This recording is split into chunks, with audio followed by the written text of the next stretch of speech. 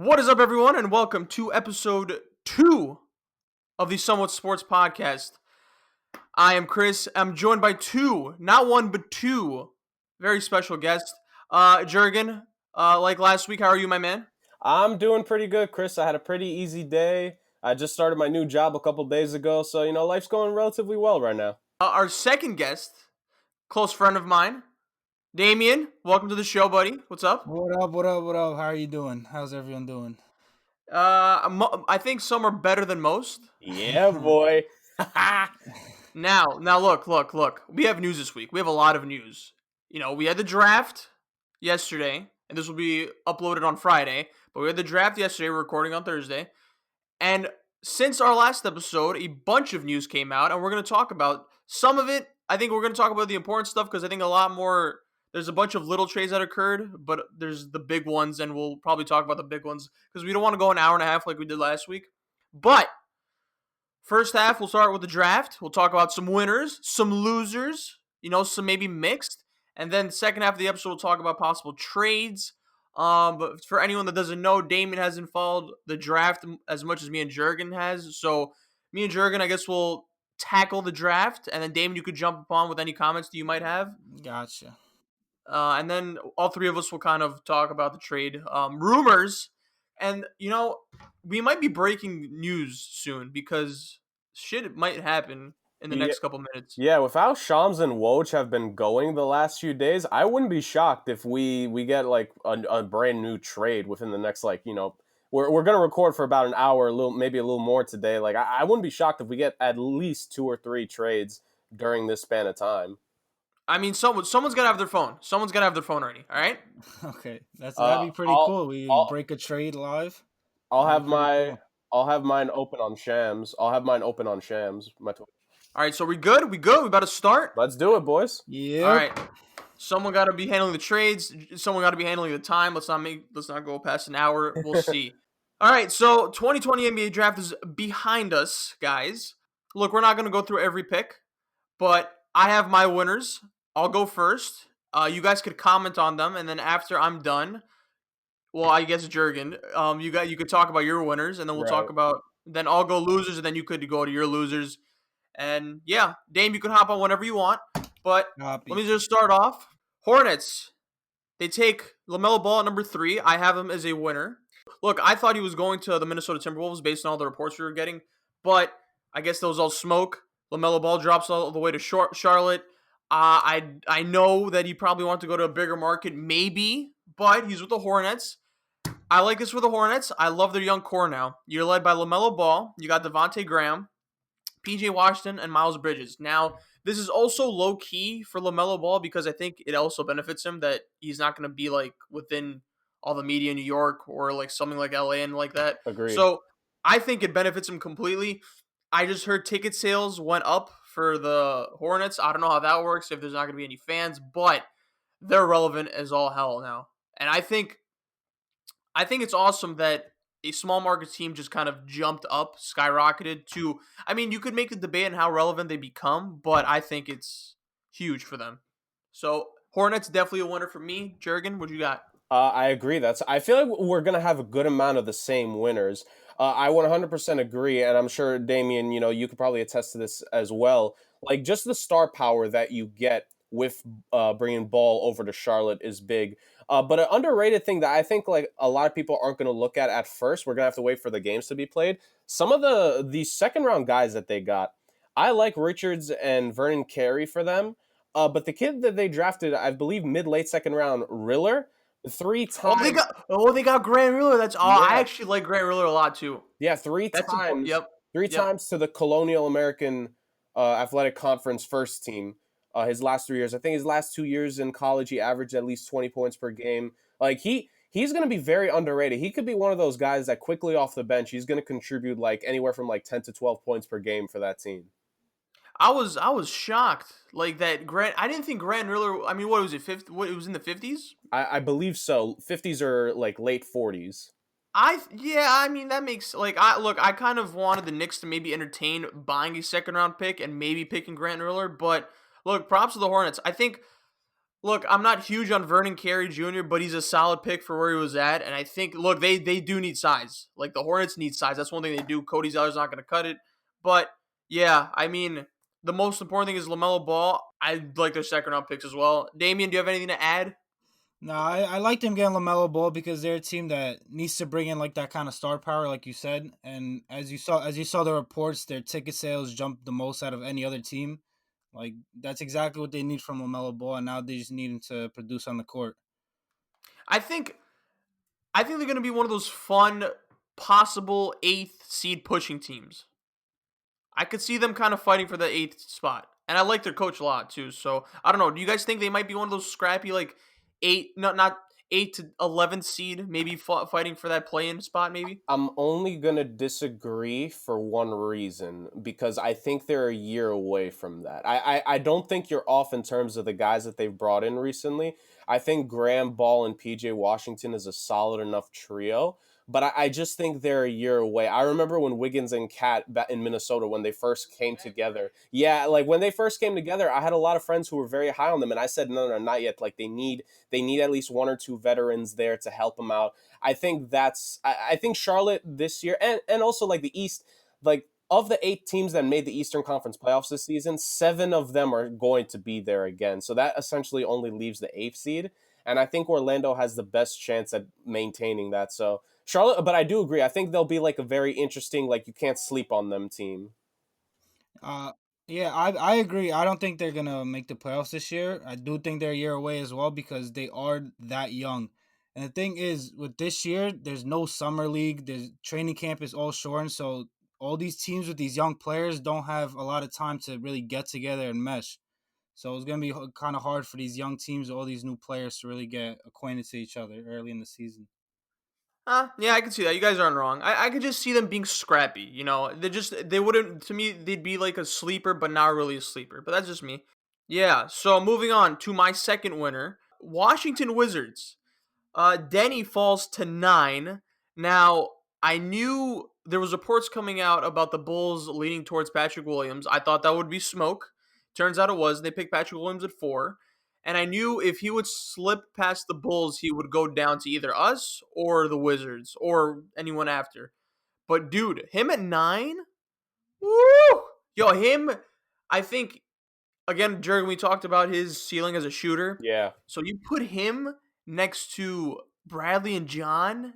And look, I think this is also maybe it's insurance policy just in case Bertans leaves. And if he leaves, Denny Avdia isn't a bad, piece to have. I think he'd be a great fit. Definitely coming off the bench, I feel like, especially if Bertans resigns. What a pickup for them. I'm happy for them. I'm kind of jealous, but I think he's gonna do wonders. Especially for like the second unit. No, I haven't seen many highlights of this guy, but he seems like the kind of player who would replace Bertans in that offense and have a kind of similar role to him with more upside. Maybe I'm wrong on that, but that's what No. Well, yeah, eventually more upside. I think right now, yeah. Eventually, I think he could be better than him, but it's kind of playing like the same role in that offense. But also, like, if Washington ever comes to the point where they want to trade Beal and Wall, they have a solid, building blocks for a rebuild. And I think you have Avdia and you have Rui Hachimura. So right off the bat, that's 2 solid pieces. That could be your 3 and 4. And I think mobile 3 and 4s are especially rare to come by in today's age. So props to them for finding, I think being more advanced than most teams usually are. Yeah, agree. And I think one thing when we talk about the role Denny can play, let's say the Wizards keep Wall and Beal. I think it could actually be a pretty heady play if they start with bringing him off the bench, because one question that you always have whenever it comes to the bench unit of a team, do you have a nice ball handler to bring the ball down the floor on a consistent basis? And we've spoken, aside from his shooting, Chris, one thing that we liked was Denny's ability to kind of be that point forward.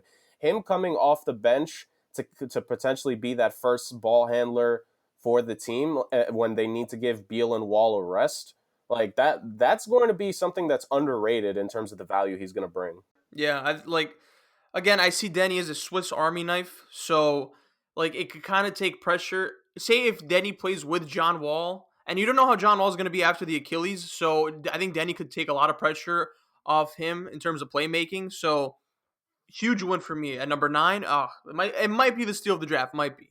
Yeah. My third winner, Sixers. So I want to talk about strictly the draft in terms of winning. The Tyrese Maxey. Now this could and when I said steal of the draft, it could either be Denny or it could be Tyrese Maxey. Tyrese Maxey, solid score off the bench. I did not think he would drop to 21 like that. Look, I think Sixers made some moves, some really good moves, but again, you could make the argument that he could be a possible piece for a trade package for one James Harden that we'll talk about later. But if they do keep him, I think this dude could be an immediate contender for Sixth Man of the Year. Am I wrong on that? Look, they got a score. That's all I know. Not They at got a all. score. Yeah, Like You Maxey isn't the best playmaker, but I think Sixers off the bench, and I don't know how good was Sixers bench last year. Were they decent or were they subpar? they were subpar at the beginning. They at the trade deadline is when They they made yeah. began adding a couple pieces, like Glenn Robinson the third from the Warriors. There was like another name or two that they got. They escaped my mind at the moment, but like the get Alex 76ers. Burks, I think Yeah, too. yeah, Yeah. Burks. Yeah, they needed the deadline to bolster up their bench. It looks like a pretty smart thing what they're doing now. And Chris, I think it's fair if you include, I know you mainly keeping it to draft picks, but I think it's fair if you include Seth Curry because like a draft pick was essentially involved in that trade. Like they just brought in 2 shooters if they keep both of them for Ben Simmons and Embiid. Well, yeah, I mean, yeah, I was gonna talk about Seth Curry later, but I mean, if we're gonna spoiler alert. But also, speaking of shooting, they also pick up Isaiah Joe, who was another sniper in the draft, and I'm just like, yo, that is a genius pick for them. Isaiah Joe can shoot lights out, and they look. I don't know if these are all temporary pieces, just in case for a Harden trade, but if they're not, I think this is a win-win regardless because Isaiah Joe you could plug him in right away and he'll make shots, and then he'll compliment Ben Simmons. Just all around solid fit in terms of the solid fit, but also talent wise because they got Joe up pretty late. But Tyrese Maxey for me, man, they got a legit score at 21, and I didn't think at 7 spots later because I think he'd at least go 14 or 15. Right. Yeah. You had him at 14 in the mock, didn't you? Last week? No, I did not. I think I had no. I don't know. No, I had him. I might have had I think I had him in like maybe 15. I thought that maybe the Magic would take him. Right. Oh, yeah, you're right. You're right. Damian, you want to talk about Maxey? I know you're a big Maxey guy. Yeah, I'm a big Kentucky guy. That's why I'm a big Maxey guy. So I kind of watched him closely in the games that they did play, and I really wanted him on the Knicks because I thought he could space the floor for RJ. But obviously, he's that much better for the Sixers, who are much more closer to competing than the Knicks are. The Sixers finally have a front office who are addressing their needs in shooting, and picking up Maxey is exactly what they did. I'm telling you, man. Like the thing is with Maxey is that I'm not necessarily huge on him, but I think him going to the Sixers and not the Knicks, where he would carry like a bigger load, That's true I too. think Yeah. way more Mhm. beneficial. Way more beneficial. We're already seeing very early the effect of Daryl Morey in the Oh yeah. 76ers front office. Like Oh man. both of these draft picks you can tell are Daryl Morey type moves. Yeah, no, definitely. And plus, I know I'm gonna beat a dead horse, but I think Tyrese Maxey in a trade package is a pretty enticing piece, at least to me. At least to me. Of Oh, course. 100%. Of course. Yeah, yeah. Nice. All right. Well, number 4, I got the Grizzlies as a winner because at number 30, and I'm hearing some reports, but I'm going to put that aside for now. Desmond Bane. Now, Jurgen, you know how high I am on Desmond Bane. I Yep. think he is also a top 3 shooter. And Damian, based on the chat yesterday, I know you could tell that I'm a big Bane fan. Not Yeah. only is he a great shooter, he's a good defender, and he's also a solid playmaker. And I think you put him next to John Morant. Look, he is to me 13 to 20 range. I feel like that's how high his ceiling is to me. I think Desmond Bane could be really effective, but now he's in Memphis. He's gonna be next to Jai. He's gonna be next to Jaren Jackson. I think he'll eventually move to the starting 2 role. I really believe that's how high his ceiling is, man. I love this pick for the Grizzlies. I'm so jealous they took him. I don't know. What do you think, Jurgen? I honestly I agree. Memphis was actually a very last second winner for me, and when I was like compiling Yep. all my notes, Yep. I had to like relook at their draft. Not only do I like the Bane pick, Again, a very underrated guy, Tillman from Michigan State. Oh my The God, I Big can't believe they scooped Ten, him up too. the Big Ten Defensive Player of the Year. If there's one thing, and me and Damian were actually talking about this before we started, if there's one thing that I personally like, if a prospect shows, if you can show the ability to play very good defense right away, like you have the instinct, you have the awareness, that's one less thing the coaching staff needs to worry about. And Tillman off of the bench behind Jaren Jackson Jr., who I think, like, I'm sure we all agree he hasn't even reached his potential yet, especially on the defensive end. Like, they're going to have two great defensive bigs, one starting, one off the bench for Memphis. Yeah, I also think I don't know what the situation is with Valanciunas, so I think it's a good insurance policy as well. Props to Memphis, man. They made it like they didn't have. I think they traded their pick. Was it for the Celtics? The Bane pick, yeah, that was a trade with the Celtics. No. Well, but they were supposed to have a lottery pick, right? And that was 14, right? Yeah, Or was that Sacramento's pick? That was that was a trade. I mean, it was a while back. The Celtics. Yeah. Some of these picks were compiled like 2-3 years back. Mm-hmm. Yeah. Well, regardless, props to the Grizzlies. Desmond Bane to me is just. I think that's also another steal. That could be considered a top 3 steal. Number 5. Now this irritated me because it's going to the Mavericks. Tyrell Terry. Ah, man, I was hoping that the Knicks would scoop him up at maybe 25. Like, I'm pretty high on Tyrell Terry, but the Mavericks got him, and I was hoping the Knicks would pick him up at the 33 pick, but they traded that. Tyrell was gone. Now, Terry is also another great shooter, and I'm just jealous because I think he's going to fit so well next to Luka, and it just pains me that it's with the Mavericks. Jurgen, what do you think? Is this a steal? I would argue it's a steal, not only with him. I think Green was a solid pickup. At 18. Green too. He's got a bit of a shooting. He's got some shooting ability that they can tap into. But again, and I love my conference player of the year, defense players of the year, man. Tyler Bay in the second round, I think is going to be an underrated piece.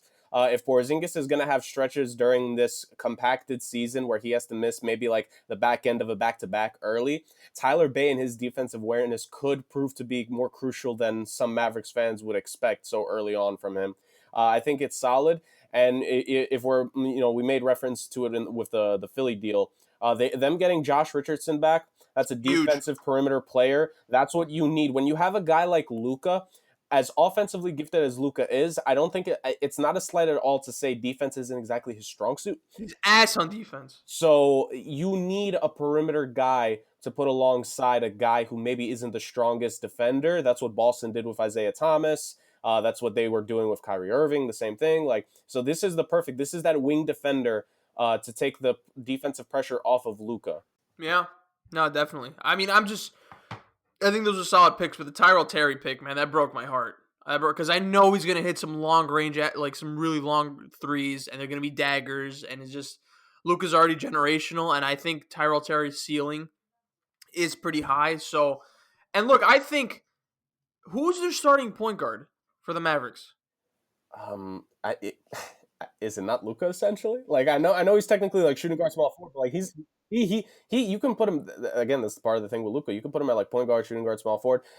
With Terry, real quick, Damian, I want to get your perspective too. Like you would have loved him to the Knicks as well, right? I would have honestly loved any kind of shooter to the Knicks, and Chris was telling me how much of a shooter he is. Because last year I felt like the Knicks had no shooters, and every time RJ would run into the lane and get into the lane, he'd just be clogged and kick it out to guys like Julius Randle, who would do 8 spins and turn it over. So we don't need to talk about that. But no, yeah, it's just I think Terry is also a high IQ player. Like he's really smart. So I feel like him next to RJ, and look, the Knicks point guard position is wide open. So I think Tyrell Terry might be a real contender for the starting point guard spot for the Mavericks. So who knows? I could see it. Yeah. All right. Warriors, Nico Mannion at number 48. I did not think Mannion would drop this far, but I know the Warriors had interest in him. But Jesus, man. I think Mannion, he's lost a lot of like support, for the whole draft process. But look, he's gonna be next to the best point guard in the league. Because it's the Warriors, I think he's gonna be better than what he is projected to be. But I also I'm more high on him than I am most people. So I think him being in Golden State is going to benefit him, and then him next to Curry is also going to be beneficial to him. but also they need some like depth on the bench too, and I think Nico Mannion would be serviceable. At the very least, I also think he could contribute right away. I'm not really a big fan of him, honestly, but I feel like the Warriors make anything work. So anybody who they would have drafted, I think would have worked for them. But at 48 though, like that's a pretty Yeah, it's big a steal. value pick. It's a value pick right there, and obviously a great organization with great player development. They're going to turn him into something. I think, Chris, to the point where you mentioned about like how far Mannion's fell, I'm not gonna get too much into detail about it because I think that's like what I'm about to bring up is something that's worth way more than just like a brief mention. Like we could do an entire separate episode on it, like another time. Um, just these top high school prospects and their decision to go to college for the year, like this affects where a lot of them go. As someone I previously coached like middle schoolers in basketball, and a lot of my boys, when I coached them, they were excited about these up and coming guys like Mannion and Cassius Stanley and guys like that. And I always viewed these guys as if they didn't have to go to college for a year, they would be drafted way higher if they could have gone straight out of high school. The 1 year Yeah, in college for a lot of these guys, it's good to them for an extent, but in terms of where they'll get drafted, like the two names I just mentioned, late second round picks. And I think that's something that the G League could potentially do right for a lot of these guys in terms of if they choose to go to the G League for a year rather than go to college. But like I said, that's more for another time. In terms of like you mentioning Mannion himself, I agree. I look back at his season at Arizona. I slept on him a little bit more than I thought I did. He had a lot better season than I remember him having. So I think it's a solid pickup, him getting to learn behind Steph and under Steve Kerr. And I mean, you say the Warriors overall. I think we could also specifically say James Wiseman. Like, you want to talk about a guy going to the best situation possible for him. oh, Like, oh. I'm not sure. Well, there's only two other guys that I would argue probably went to a just as good a situation. Ironically, they're all bigs, but Wiseman's one of those guys. Like he fits Golden State like a glove, honestly. Because Jurgen, I don't want to repeat like what we said on the first episode, so that's why I'm like kind of doing the sleepers. But I agree with you. I think they have a backup point guard, and I think Wiseman is going to be their starting center. But regardless, that's two young pieces that could be their starting foundation going forward. And you know, with the Clay news as well, it might be something to look heavily into. You never know, but yeah, you're right. I think Wiseman is going to be effective right away because he's their starting big. But Mannion, in a couple of years, will be way ahead of the curve. The one thing about him was his shooting. Like I don't think he's a bad shooter, but he was inconsistent. You know, kind of the Denny effect that we were talking about. He has the form, and he's going to be in the Warriors, and he's going to be next to Steph. I think he'll be a sniper in a few years. Maybe not a sniper, but like a way better shooter than we thought coming out of college. That's fair. To my last winner. Oh, I actually got two more. I'll be quick with this one. Spurs, Devin Vassell, and Trey Jones. I'll throw in Trey Jones. Damian, you could talk about your gripes with Trey Jones, but Devin Vassell is the perfect Spurs player in my opinion. We talked about this, Jurgen. I knew that if he fell past the Knicks, there's a good chance the Spurs would take him. And my God, he is a quintessential 3-and-D player. He's smart. He's very like contained. He's very, I think character-wise, he fits the Spurs. He looks like a quiet dude and all that, and you know how the character means a lot to the Spurs organization. And I think he's in that Kawhi Leonard type of breed. So look, my Spurs are my second favorite team. I love this pick for them.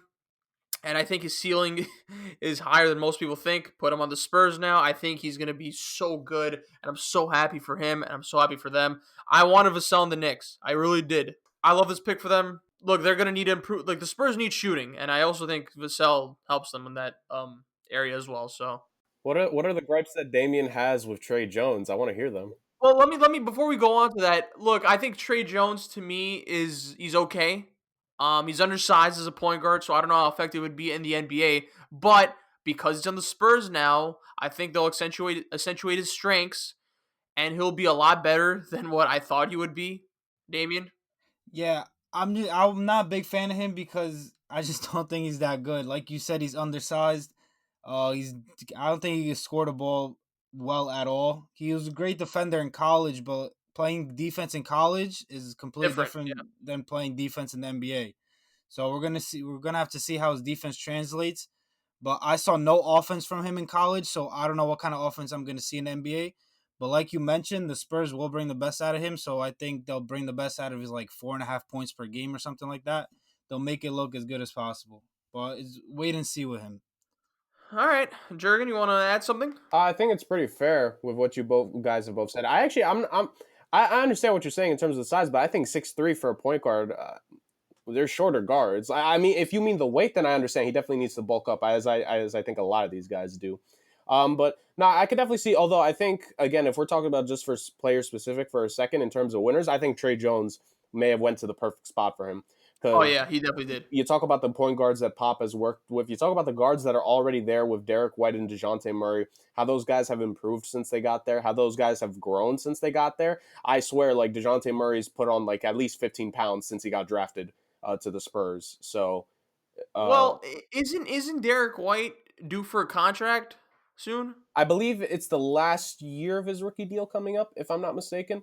So, Yeah. So yeah. look, I as a secondary Spurs fan, Bryn Forbes needs to go. There's no value in keeping Bryn Forbes. I know he's a shit. I know he could shoot, but it's just I don't know. Is he worth keeping? And I think Trey Jones has a higher ceiling than that.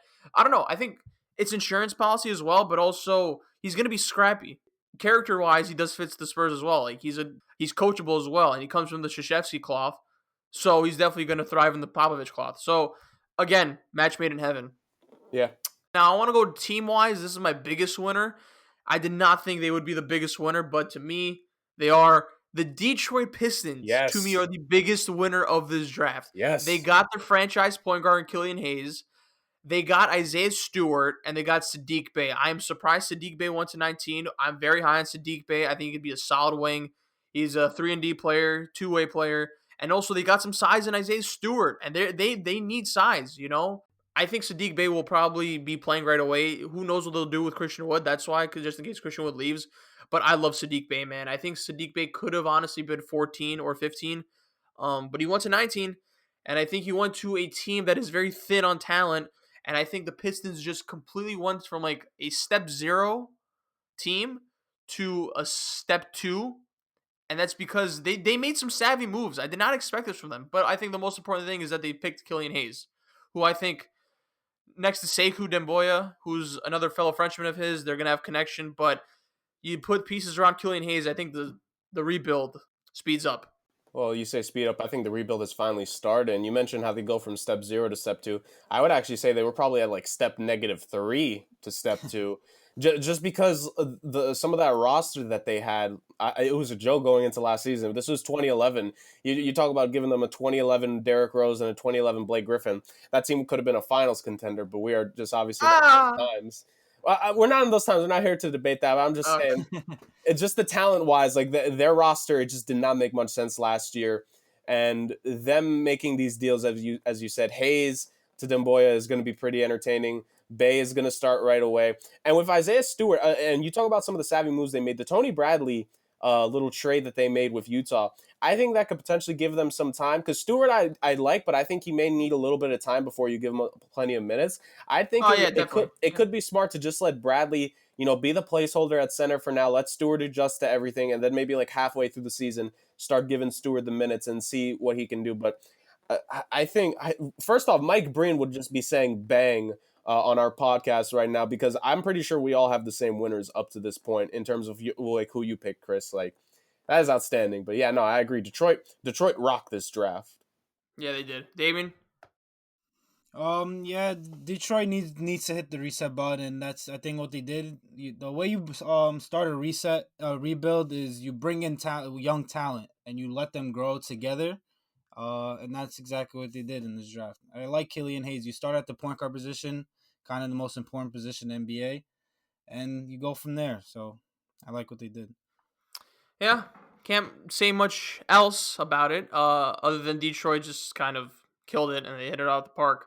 I got a couple losers. I'll keep them brief. Cavaliers. Now, look, I like Isaac Okoro, but why? Why? I don't understand this, because Isaac Okoro is a little too... I know he's a defensive savant, but he's undersized to be playing the 3. So I don't understand. Maybe it's in the cards for them to maybe trade Colin Sexton, and then maybe put Darius with a 1 and then Okoro with a 2. But I heard Okoro and Colin Sexton are like very close friends, so who knows? I just don't see the fit.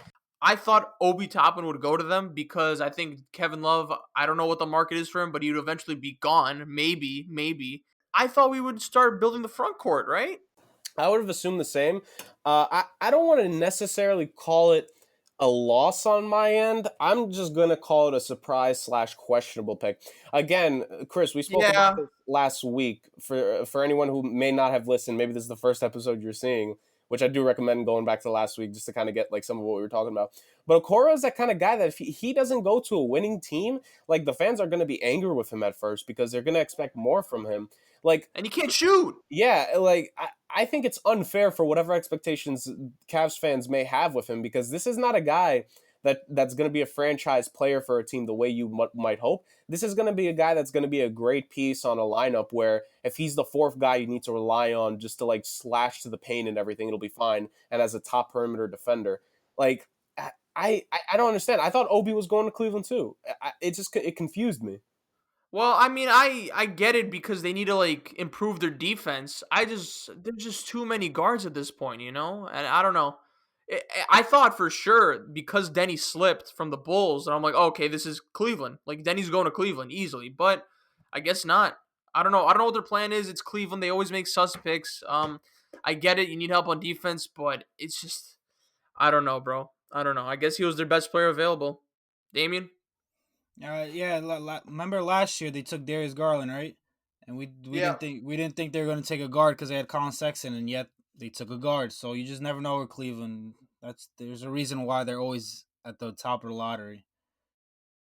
Yep. All right. Yeah. Jurgen, I think you're right, bro. I think these aren't really losers. They're just questionable picks to me. But I mean, because they're questionable picks and very questionable organizations, spoiler alert, I just have them as losers. Next, I have the Suns with Jalen Smith. I can't believe he went number 10, bro. I cannot believe he went number 10. Look, Suns are in a unique situation where they kind of look like they have their starting lineup, kind of set. But I thought Kyra Lewis for sure was going to go to them because I'm like, okay, Kyra Lewis, you could be a backup to Chris Paul, perfect mentor for him. But they won Jalen Smith, and I get it. Their 4 is kind of sus, their power forward position.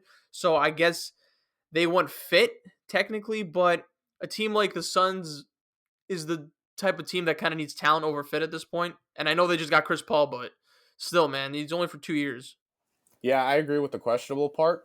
And again, I think this is something me and Damian talked about this before we went live. I think Jalen Smith would have been one of those guys where if we would have gotten to see him in the NCAA tournament, we probably would have liked this pick a little bit more.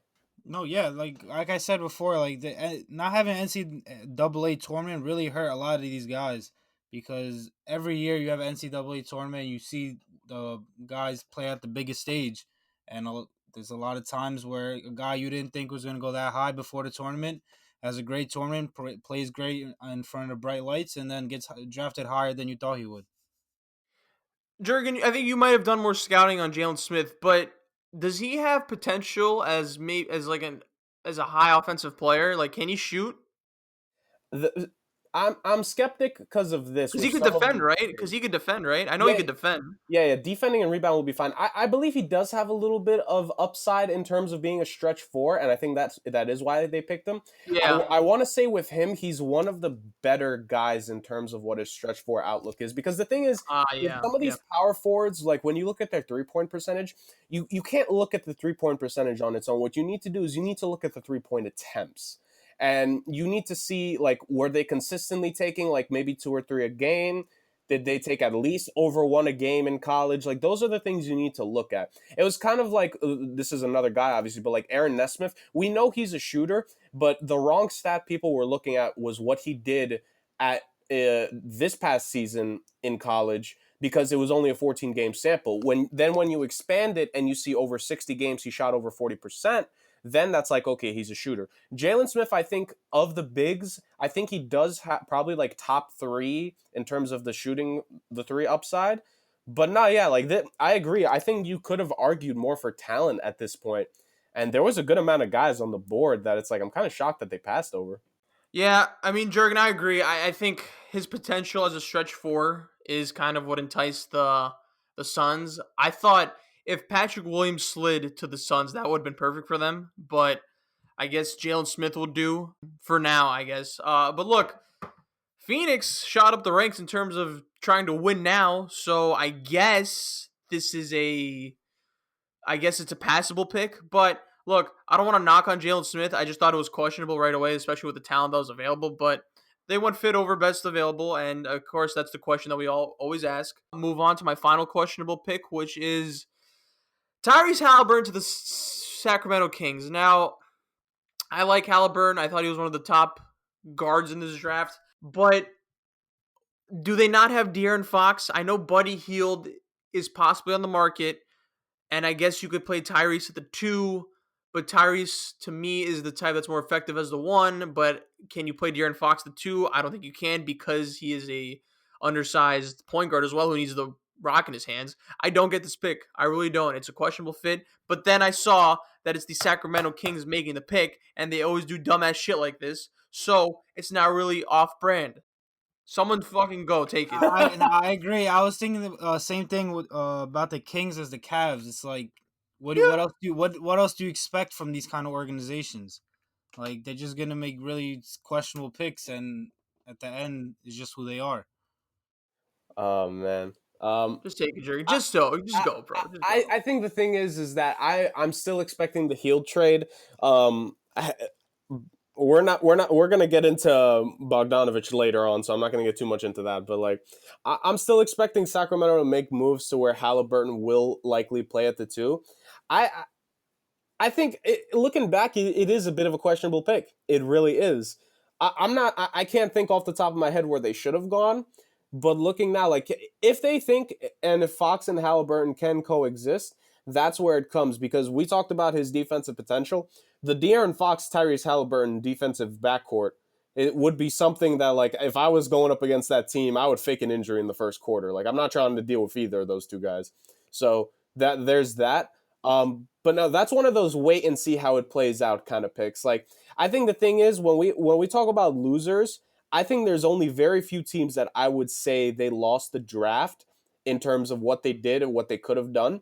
I think with Sacramento and Cleveland, just for me personally, I'm putting them under questionable for now because I think there were so many other places that they could have and should have gone. But the players that they get, I think, are talented enough to where they'll still be good. So we just got to see what happens with them. But I don't blame your guys' analysis at all. Like a lot of people love giving the Knicks a lot of crap. Like the Kings don't get enough in the national media. They've been bad for a long time. But no one gives a shit about Sacramento. That's why. Like it's the media sucking off the Knicks because they need ratings at deadlines. Like who the hell is gonna care about Sacramento Kings? Look, no offense to Kings fans, and I like what they did the past couple of years because they've had a somewhat of a resurgence, and I like De'Aaron Fox. But yeah, you're right. I don't think they're losers necessarily, but they're questionable picks from ass organizations. So to me, that is the formula of a loser. I don't got much else to say about it. Yeah, I'm done with my winners and losers. Jurgen, you got anything else? I think this team, I'm not calling them a loser. This is one of the questionable teams that I have, and I'm going off this just based solely on draft picks. Oklahoma City Thunder made a lot of draft picks of international players. And this has nothing to do with what I think about these players. I'm going to be matter of fact, I did not know two out of the three of the guys that they got in these draft trades. So I'm not going to speak about them. But like just all these international players, like Presti has made all of these moves, and again, he's been a wizard in terms of some of these deals that they have made. But I guess maybe it's just because this isn't the draft for them to like really go after it with the picks, and maybe that's why I think that's why I'm placing it as a surprise. But just part of me, like just a small part of me, just wonders what they could have gotten out of some of these picks. Could they have maybe gotten a little bit more? But again, this is not me chalking it up as a loss. This is just me wondering, like, could they have done more? But also saying, like, you know what, in the back of my mind, they have so much else to look forward to in future years. Like maybe just cut it some slack in this particular draft. Aside from them, if I'm talking about losers, I mean, I think there's a team that all three of us have on the mind, and I'll let Damian go at this team. Does he? I don't know. I mean, maybe. Wait, before you go on. So about the OKC thing, I agree with you in terms of this isn't the draft to necessarily worry about. And look, the goal is to make Shai Gilgeous-Alexander as happy as possible because he's your franchise player. I actually like the Pokuševski pick. I think Poku's a very underrated prospect. He is Porzingis light. I know he's very skinny, needs to put on weight, but he could shoot the ball and he's a solid playmaker for his size. So I kind of like that pick for them. And they got him at what? What was Poku in this draft? I think he was 17th. 17. Yeah, that was solid. Okay, so that was the pick that they nailed. So I don't necessarily have a problem with it. We could talk shit about if they didn't nail the draft this year, but they'll have the next 10 years to kind of make up for it. So who knows? So which team are we talking about here? I mean, the Celtics? Actually, I do have them as a loser, actually, because I think they could have done way more with their later picks. I'm not talking about Danny Ainge. Danny Ainge is so overrated. This has been a gripe of mine with Danny Ainge for so long. This dude had the haul of the century with that Brooklyn Nets trade. And the perfect picks were the Tatum and the Brown selections. And yet, with all the rest, like, you could have traded for another star at some point, and they just always refused to. Like, it's at the point now, if I'm not mistaken, like, if it wasn't this year or next year, it's the last year of all that draft capital they had. And with all of that, like, yeah, you had some good selections, but at this point, you've still shown nothing of it in terms of making something bigger with it. So I definitely have them as a loser. By the way, winner, of course, I'm a Heat fan. Precious, I think, was a great pick. Solid. Pick. He's essentially like, he's literally going to be Bam's backup, and when he's on the floor, like, defensively, like, he could become Bam. Maybe not as great on the perimeter, but on the interior, that's what Miami needed more so. Like, center depth, yeah, the rebounding and interior defense just went away every single time Bam stepped off the floor. Like, my head would drop to the floor every time he subbed down the playoffs. I'm like, great, like, teams are just going to go inside, like, because we have Kelly Olynyk and Myers Leonard.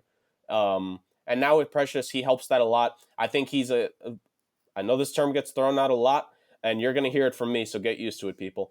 Heat culture, this is a guy that can fit that culture. This is a guy that will benefit from that, and I love the Precious pick. Yeah, I was pretty excited for you guys. I really thought you guys were going to take Desmond Bane at that point, but then I didn't. Once I saw the Precious pick, I'm like, oh, it makes sense. And I don't want to put any pressure on him, and I don't want to put it to the highest extent possible. But when you see in the finals and you see, like, the absence of Bam, there's a glaring hole, right? And I'm not saying, like, oh, he's gonna have to guard AD, but it's very nice to have solid center depth, So I thought it was a W for the Heat, of course. Yeah. Dame. The Heat are like the complete opposite of the Kings and the Cavs. They always make the draft work of whatever they do.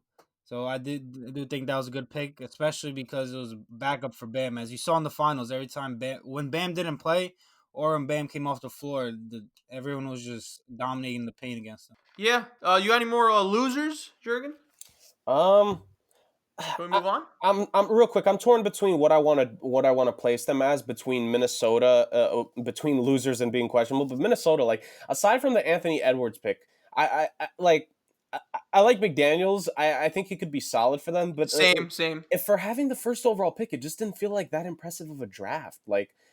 It's just weird. I don't know. I hope I'm not the only one that has that vibe. But it's just it feels weird with them. The thing is that I don't understand is that they picked a lot of good individual talent, and look, Edwards was an easy one. It was a gimme, obviously, first pick. But what do you got? Jaden McDaniels, who else did they pick? They got that point guard, didn't they, from the Knicks at 23. I forget his name. The kid from Balmero, yeah. I also think I like Balmero. I also think that's a Prigioni influence pick. So I don't know. It's a very suspect crop of guys, not in terms of talent wise because they're all talented, but it just in terms of, and they got Ricky Rubio.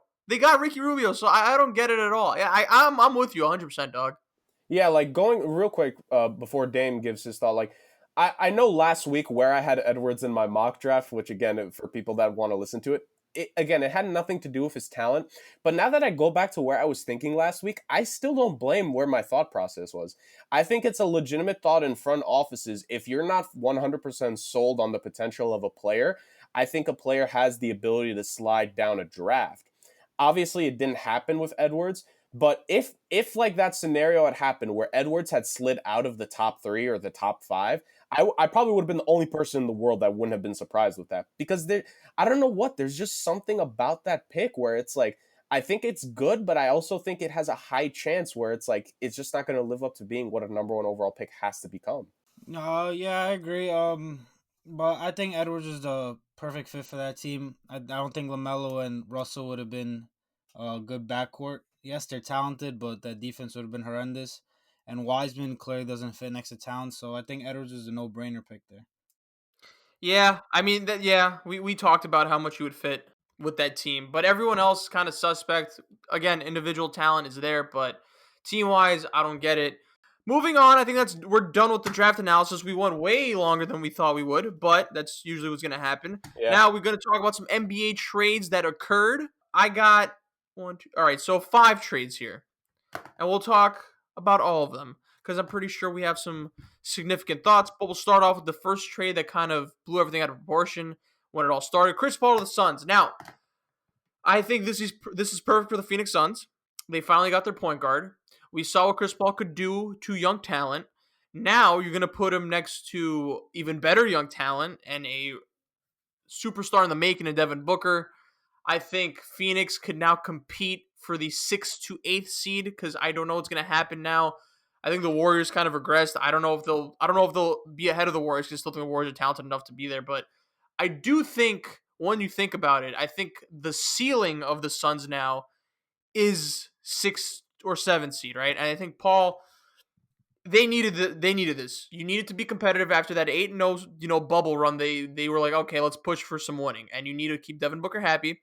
I think Chris Paul is gonna elevate Devin Booker, and he's gonna most importantly elevate DeAndre Ayton. They gave a solid package that included Rubio, who now left, and Oubre, who's on his way to Golden State. But also, I just think the Thunder wanted that first round pick, regardless.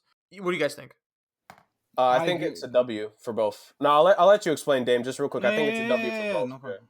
Yeah, I think it's a W for both. And I think I'm Dame, I'm really curious. I want to hear from you. Like, I've seen some people are mixed in terms of Chris Paul going to the Suns.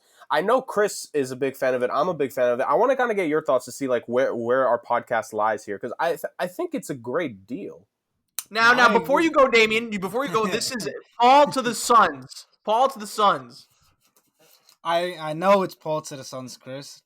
Okay, go ahead. I do love it for the Suns and for the Thunder, but I love it more for the Suns because they're the team that's actually competing, and the OKC seems like they're kind of trying to reset. Clearly, that's I just changed my wording. Yeah. Clearly they're resetting, and the Suns are the ones that are trying to get better. That's why I like it for them more. They're bringing Chris Paul, who we saw what he did in OKC. Well, that ESPN graphic, what was it, like a 0.04% chance of making the playoffs or whatever? Yeah. And they took the Rockets to Game 7 of the playoffs. Like, no one expected that. He changed the entire culture there. He made everybody better. He made that team a winning team. And I think he's going to do the same thing on the Suns with a lot better roster and a co-star in Devin Booker, who's clearly better than anyone that was on OKC. They did have to give up a draft pick, but like if you're trying to win, you're trying to make Devin Booker happy, and so he doesn't request a trade in the future. Like, this is the kind of deal you got to make. That draft pick shouldn't do much. You hope it doesn't do much because you hope to be in the playoffs or competing for championships by that time. So you hope that draft pick is late in the first round. Yeah. So you really eventually, when you're a rebuilding team, you got to try to take that step forward. And this is that step for the Suns. Look, again, it is Phoenix, so I take it with a grain of salt in terms of that first round pick, but because Paul has 2 years left, and I think that was a 2023 pick, possibly. I don't know. 2022, yeah. Oh, okay. All right, never mind. So yeah, I think you pull that trigger, but also they need someone who can create with the ball, that could do something with the rock besides Devin Booker. Now, I thought Rubio was a solid point guard for them, but it's Rubio. He is who he is. Paul, I think takes a tremendous pressure off Devin Booker. Tremendous pressure. And I just think he's going to help him grow so much. And also, like, Devin Booker is so used to being the guy in Phoenix, right? And he's only, 22, 23? So I think Paul being there, he'll know what it's like to be a leader now. I think Paul is the best leader, maybe of all time, I think. So I think Devin Booker, this is really what's gonna help him be like a legitimate leader. Like I think it's also gonna help him mature too. Like I think being the guy for your whole career, and even though it's only been 4 years, but at such a young age, it might get to your head. It might get to your head at some point. And I think Paul could help humble him. I think Devin Booker has that kind of I think he does have an ego, and rightfully so, because he's the face of that franchise. But I think Paul is the type to kind of humble him and be like, "Yo, this is what you shouldn't do. This is what you should do." And I think Paul is definitely the type that Booker would listen to. So I think this is huge for him, not from just a player standpoint or a team standpoint, but just from like a character standpoint and like a maturity standpoint as well. Yeah, as we saw, they're already working out together, and reports were that Devin Booker wanted him there. One point I want to bring up is a big thing I think for Devin Booker with bringing in Chris Paul is that he doesn't have to create everything by himself anymore. Chris Paul will create the offense, he'll run the offense, and Devin Booker can work off the ball, which is gonna make his game a lot more easier. Yeah, that's all I got to say about it, to be honest. Jurgen? I think last little bit, because I think you guys have touched upon just about everything else in the trade. I think one thing that's not going to get talked about a lot in terms of that 2022 first round pick is that either 2022 or 2023 will potentially be the first draft in a long time that the NBA may allow high school prospects to finally declare. And so, like, I remember reading something about how 2022 and 2023 first round picks are going to be like, their value is going to potentially be changed now because of that, of the potential of high schoolers now. So I think that was the perfect draft pick for the Suns to give. I think you look at the rest of what they give; they didn't have to give up much, honestly. Like Ty Jerome and Jalen LeCue were, they're nice young players, but they haven't done much in the league to where you're going to fret over losing them. And we already saw OKC has moved all to the two veterans that they got in that deal already. So. Like, it's a win for both teams. I think Chris Paul's perfect. Chris, I love what you say about his leadership. I've seen way too many people not give Chris Paul enough credit for his leadership for whatever reason. He's not exactly, like, I can understand it. He's not the kind of guy that everyone would, like, exactly get along with.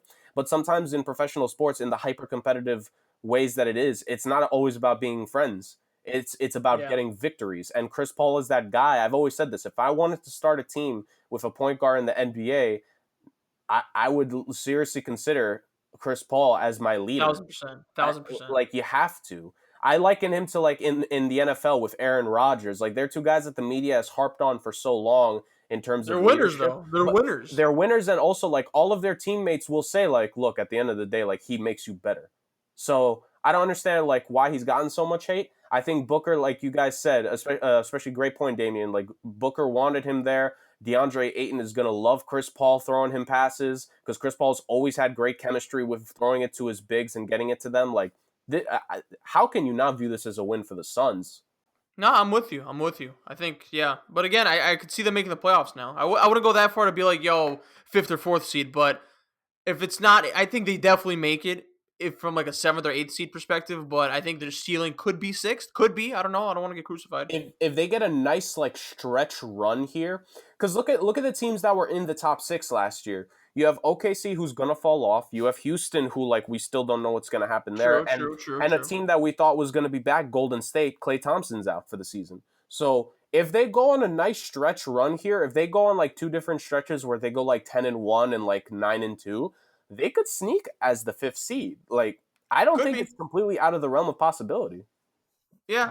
All right. I think we're all consensus there. Next trade, Dennis Schroeder to the Los Angeles Lakers. Now, I don't know how I feel about this. I think they traded the 28th pick to OKC and Danny Green. So, most importantly, I mean, I don't know what the contract situation is, but you get off Danny Green's contract. Is Dennis Schroeder expiring? 1 year left. Okay. So, all right. both 1 year.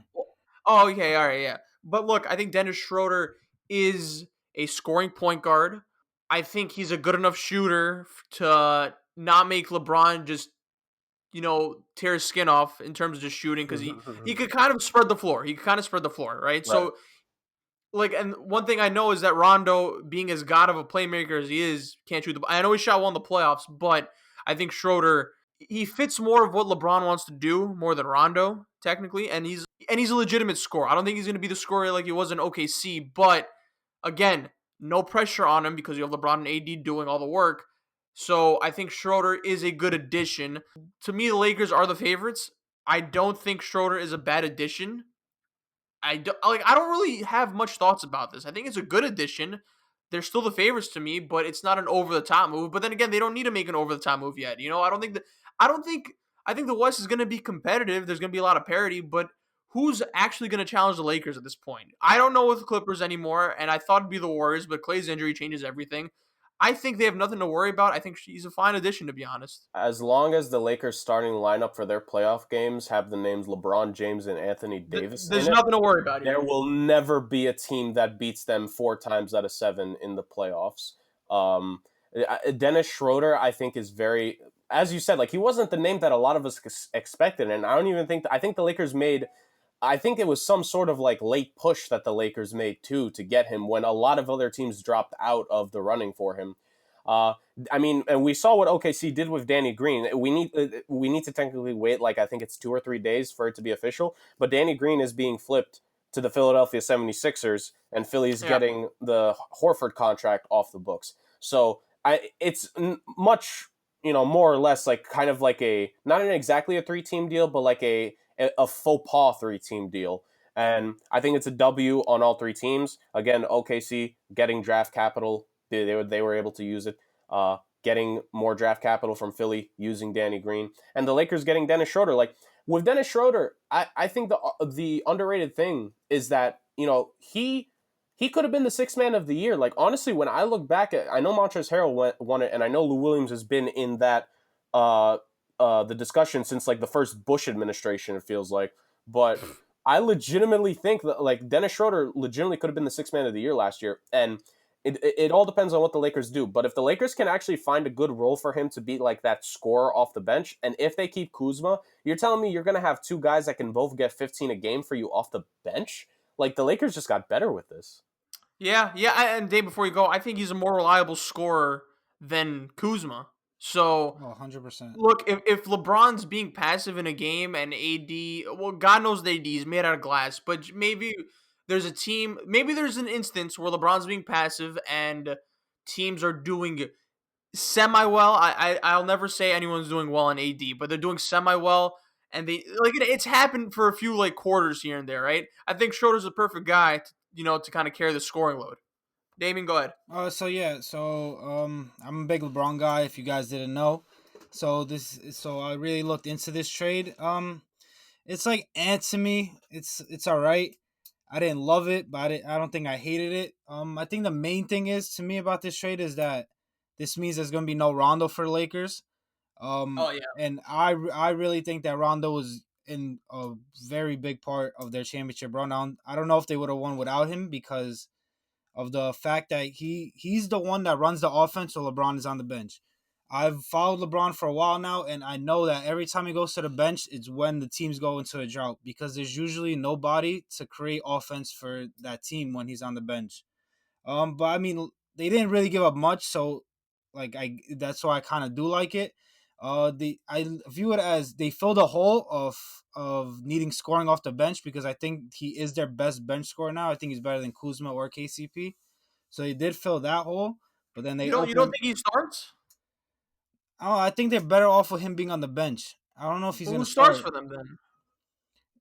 I think they might go Caruso, to be honest. I think you guys, like, I understand where the mindset is, but I think we're being a little bit too quick. Like, I think Rondo wants to stay with LeBron and the Lakers if it gets him another championship. If they can keep Rondo, I think this Shooter deal is a no-brainer, like, championship kind of move. Yeah. Because I don't think they would have any holes if they bring back everybody and they bring in a guy like Schroeder, give him 15 to 17 off the bench.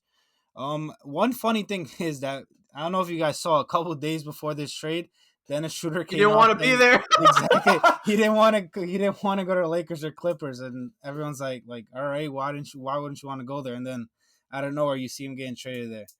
But yeah, what was his reasoning? Did he not? Like, do you No, not he want to didn't win give a reason. championships? He's like, people have been talking to my agent, but I've been telling him that I don't want to go to like a team or the Lakers or Clippers. I want to be here. Like, Okay. all right, but yeah, it helps them off the bench. It's just I still think that they have a hole now if they don't bring back Rondo.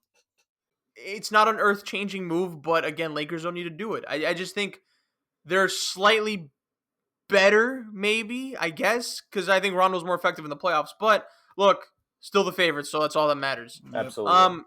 Moving on, because we're gonna get to the big boys. Covington to the Blazers. Now I get it. Blazers defense was atrocious. It was ass. And I guess Covington is their 3. Again, they still need their 4. I don't know how that's going to be handled, but 2 first-round picks and I don't count Ariza. I get like because Covington and Ariza, that's a swap thing. Even though I think Covington's better, but 2 first-round picks for Covington. I didn't get this. I didn't understand it. I thought it was a little overpay for him. Somewhere executives in Houston are smiling at the fact that Rocco got traded for 2 first-round picks. It's like, oh, if he got traded for 2 first-round picks, like obviously, I know technically Houston made the trade, but it's like, oh, we got 2 first-round picks for him. Like, oh, guess That's what we're going wild. to get for James Harden? It's crazy. I'll let Dame tackle like the main bulk of it. I understand what you're saying, Chris. Like, this is just my thing with Portland. I think the one thing the Robert Covington deal will do, it'll prevent them from losing Game 5 of a first or second round series by 30 points. Oh, God forbid! They'll lose that final Game 5 only by like 15 now. You know, like they won't lose it by 30 this time. Sure. Let's be brief on this. Yeah. The way I viewed it is Robert Covington and Ariza. Like, obviously Covington's better, but I don't see a huge difference in them. I definitely don't see 2 first-round picks difference in them. Like, I think the Blazers did get better, but I do think they overpaid. The Blazers are gonna need to blow it up soon. That's what I think. That's personally. That's another episode. I have a theory real quick, like not in terms of why Portland gave up the extra first. I have a theory of why Houston obviously must have negotiated hard to try to get that second first. Do you think they could probably package that second first into one of these deals for one of their, like, because with Russ, like, if someone does end up taking a chance on Russell Westbrook, you need to give something back with him. Like, I don't think anyone's just going to take the contract of Russell Westbrook. Like, do you think that pick could be used as a guarantee? I'm not saying it for sure would be, but like, could that be Houston? Like, it's kind of like, their ace in the hole where it's like, okay, if the team is like that they're negotiating with, they're really 50-50, like, how about this first round pick in next year? I think it was to make up for the picks they lost for Chris Paul. That's exactly what I was thinking too. Yeah. Trying to make up for the picks. Because I saw a report that they're looking for young players or draft picks in return for Russell Westbrook, so I don't really see them adding anything to him. Yeah, me neither. I was just curious because I think, like Russ, I think we can all agree, like, at this point, the league almost views that as an untradeable contract. I was just curious. I mean, I could see it. I just don't see it, though. But, yeah, I don't got much else to say about Covington. Should we move on? Yep. Yes.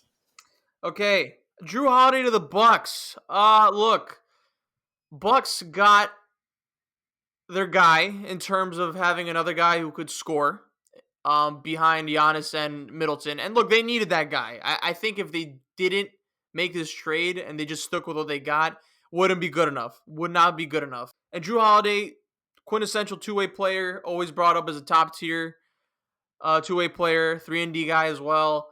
Look, I get it. And to keep Giannis, you got to make certain sacrifices. But, look, I thought it was Bledsoe, Hill, and maybe for 1 or 2 picks, but we're talking 3 first-round picks and 2 swaps. Now, look, I've seen people say, look, Giannis is worth giving up 10 picks and all that. This Bogey trade fell through, right? Yep. So if Bogey doesn't happen, and it's only Holiday as their main acquisition, right?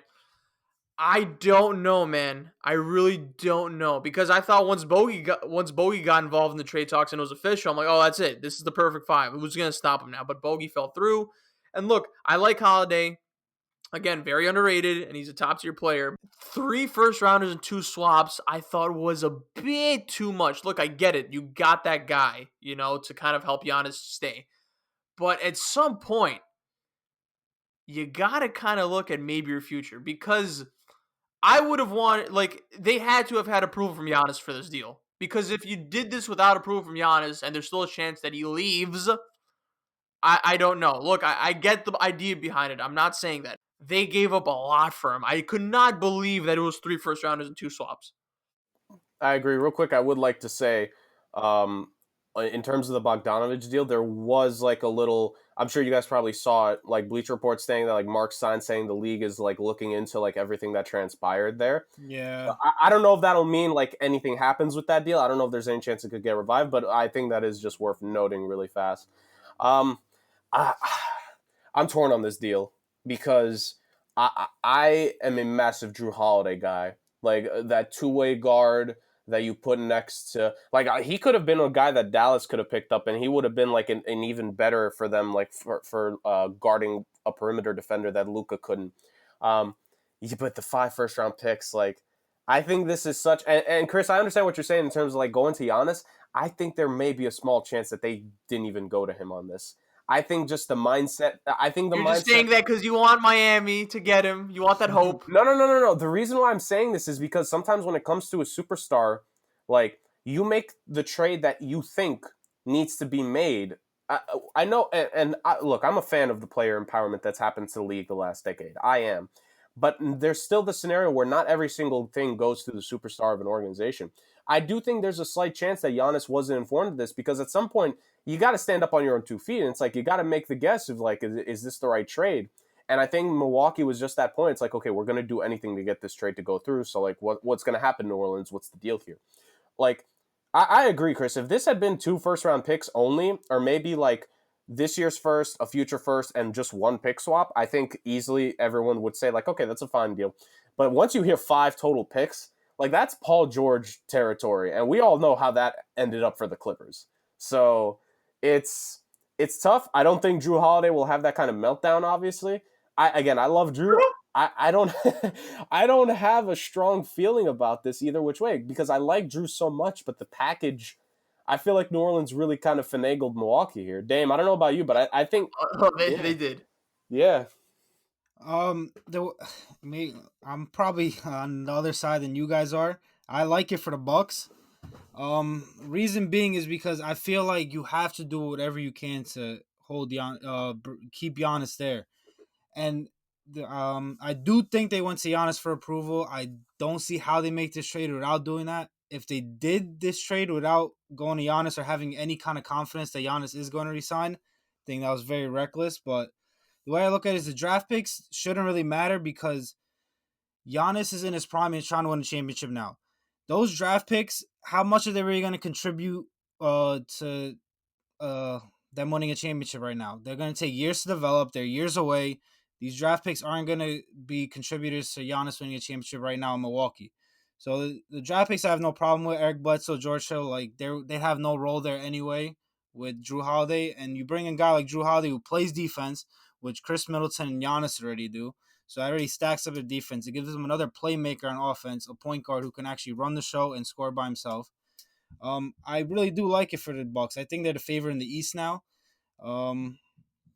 Overall, yeah, like I said, I don't think the draft picks are that important because I don't think they're going to contribute to the championship. And I do think they went to Giannis for approval because it would be extremely reckless of them for them not to. So the thing is with the draft picks, I think you're right. They would be high picks, like, but there's this feeling for me at least that there's a small chance that he might leave. Like unless he signs a supermax right away. I think if he doesn't sign it right away, there's a legitimate chance he could leave. So that's my mindset going into it with the picks. I'm like, yo, but if Giannis leaves, I always have that asterisk next to it. Now, I think there's a good chance he signs a supermax. That if to me is kind of massive in this situation. I don't know. If Giannis stays, you're right. Those picks mean nothing, quote unquote. I think picks are more valued. I don't want to say nothing. They wouldn't be as valuable as some people think.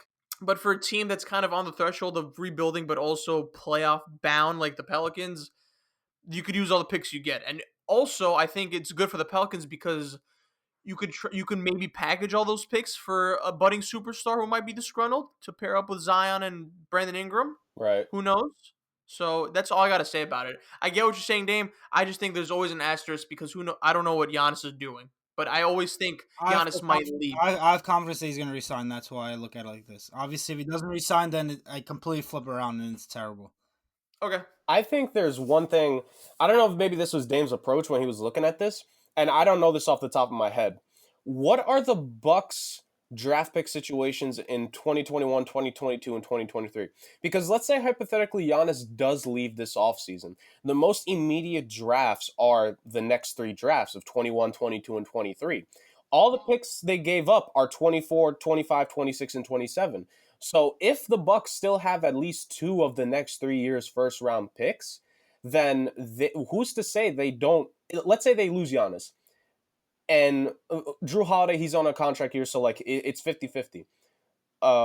If they have at least 2 of the next 3 draft picks of their own, you're bad, you get high-end talent, and come 2024, you probably have a playoff contender again. Like, I think there's a small chance, even if Giannis leaves, this could still work out for them.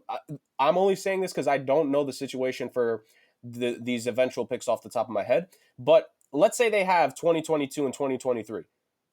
You know, you're talking about Imani Bates.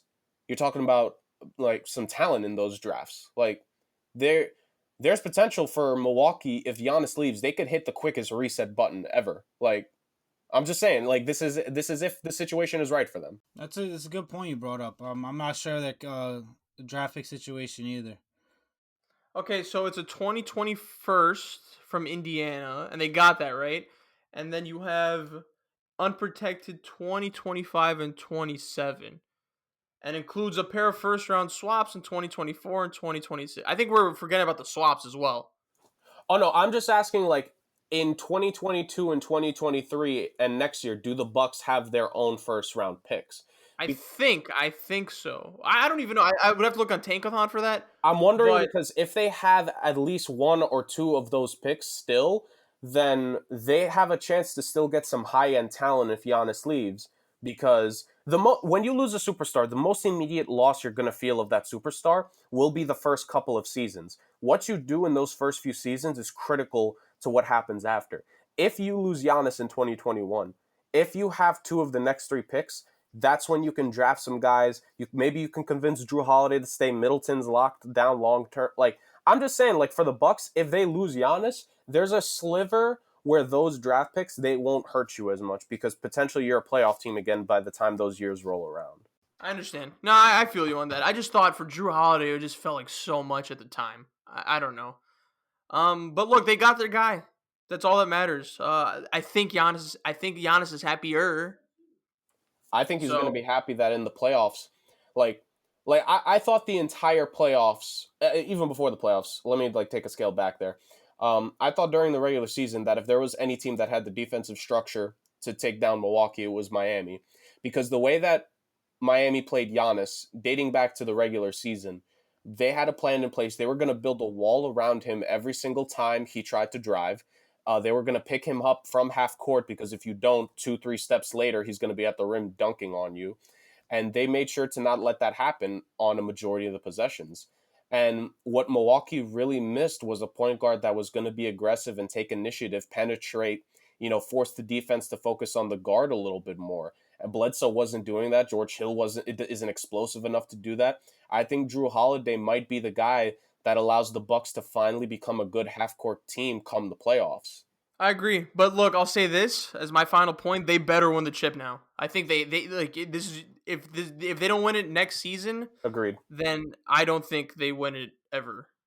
Yeah, it's title or bust to keep Giannis there. Yeah, Dame, I think you probably agree with that. Like if they don't win a title, like Giannis might walk.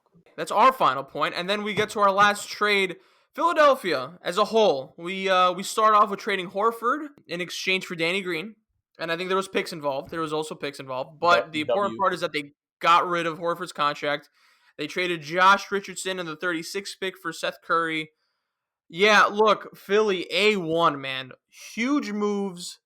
I think they're finally building around Ben Simmons and Embiid, and these are the perfect pieces to do it. And you get out of Horford's contract, so you save up some money. Yo, Morey, man, with a home run. Now, again, I don't know if some of these pieces could be an eventual James Harden type of trade package thing, but if they don't, if they just stay put with these pieces, is the best case scenario to thrive in. Like, these type of moves, I think, puts them over the top in the Eastern Conference, because now I would put them against Milwaukee. Look, I think the Nets, I would have the Nets as my perennial favorite at this point. Again, I do have to see how KD and Kyrie are. I think they're going to be fine to me personally, but the Sixers are right up there. These are perfect moves to put, especially around Simmons, who needs shooters around him to operate. I thought the Horford contract would be untradeable, and I think you keep Harris because he's a third scorer. But Morey, perfect move for the Sixers, perfect move for this roster. Oh yeah. I mentioned this before when we were talking about the draft. Like they finally have a front office that address their needs. Like they always needed shooting, and they just never added that. Like they re-signed Tobias Harris, a ridiculous contract that they now have to deal with. But they never really added these kind of snipers like they did in this draft and trades. Seth Curry, I think, didn't he lead the league in 3-point percentage or something like that? Like they added him, Tyus Yeah. Maxey out the draft, Danny Green, like. Maybe it was LeBron that he couldn't shoot with, but like in the past he's been able to shoot. So maybe Philly can turn him into something. Like Daryl Morey really is doing a great job there already in a short amount of time he's been there. Of course, get rid of the Horford contract, even though you had to attach it first. Like it just had to be done to get rid of the previous front office's mistakes. Yeah.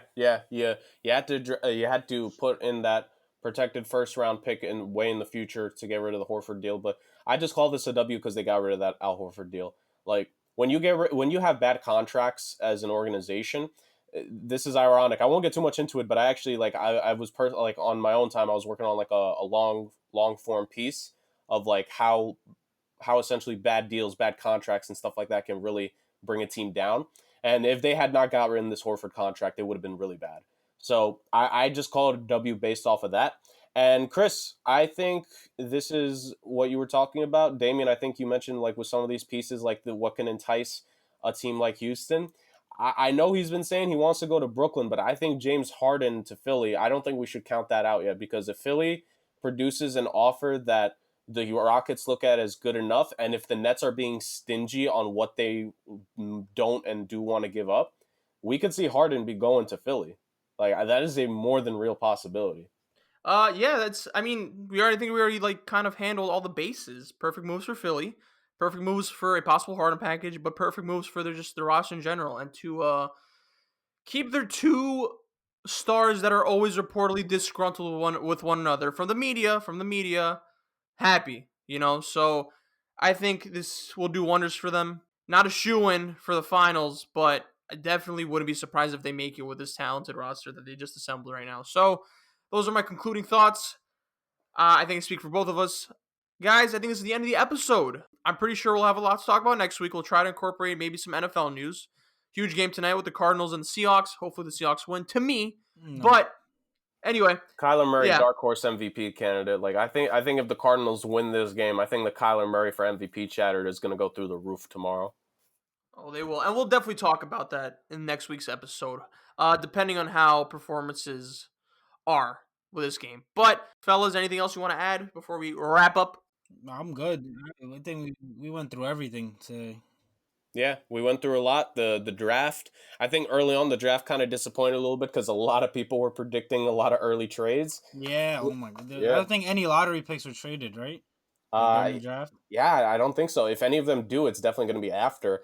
And only a handful of firsts got moved, and that was almost all the doing between Minnesota and OKC in like 2-3 separate deals. So yeah, the draft, I will say this, like there were a couple interesting selections that I think, obviously we're going to have to wait to see guys develop. This draft isn't going to get a proper grade until I think 2 to 3 years down the line, because when a draft doesn't have that bona fide, solidified, generational type talent, or at least superstar level type talent, I think that's what a draft like this will give you. We're going to get, I don't know if we said this last week, Chris, but I think this is the kind of draft where you're going to see a lot of these guys have like 10 to 12 year careers in the NBA. I think so too. It's one of those, yeah. Definitely a lot of role players are produced. All right, well, that's about it. Damian, thank you for joining us. Damian will definitely be back for more episodes. Of course. It was a pleasure. Possible regular. Who knows? Dame was excellent. Dame was excellent. He was all right. Yeah. Guys, thank you if you made it this far. Probably didn't. Yeah, solid second episode. We'll probably have more news next week. We'll try not to go more than an hour, but that's less likely. But I'm Chris. Jurgen joined me. Damian joined me. The GOATs. Thank you, everyone, and later. All right, peace.